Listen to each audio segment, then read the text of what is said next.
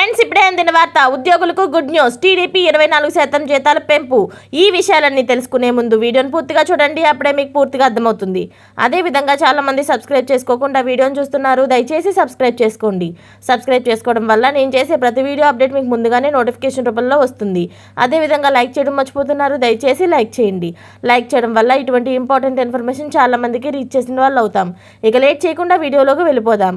AP ఉద్యోగులకు Chandrababu good news. Andhra Pradesh సచివాలయ HOD ఉద్యోగులకు చంద్రబాబు ప్రభుత్వం తీపి కబురు చెప్పింది. హెచ్ఆర్ఏ అంటే ఇంటి వద్ద భత్యం 24% కొనసాగింపుపై సచివాలయ ఉద్యోగులు సంతోషం వ్యక్తం చేస్తున్నారు. ఈ సందర్భంగా ముఖ్యమంత్రి నారా చంద్రబాబు నాయుడుని కలిసి కృతజ్ఞతలు తెలియజేశారు.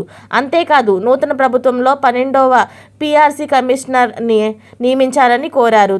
త్వరగా ఉద్యోగులకు పీఆర్సీ అమలు చేయాలని ఉద్యోగుల సంఘాలు నేతలు ప్రభుత్వాన్ని ఓ ప్రకటనలో కోరడం జరిగింది. ముఖ్యమంత్రి చంద్రబాబు నాయుడు అధికారులతో ఈ సమావేశంలో రికార్డులు అలాగే ఇతర అంశాలపై చర్చించనున్నారు. వైఎస్ఆర్సీపీ పాలనలో అస్తవ్యస్తంగా మారిన భూముల రీసర్వేను నిలిపివేస్తున్నట్లు ఇటీవల సీఎం చంద్రబాబు ప్రకటించిన సంగతి తెలిసిందే.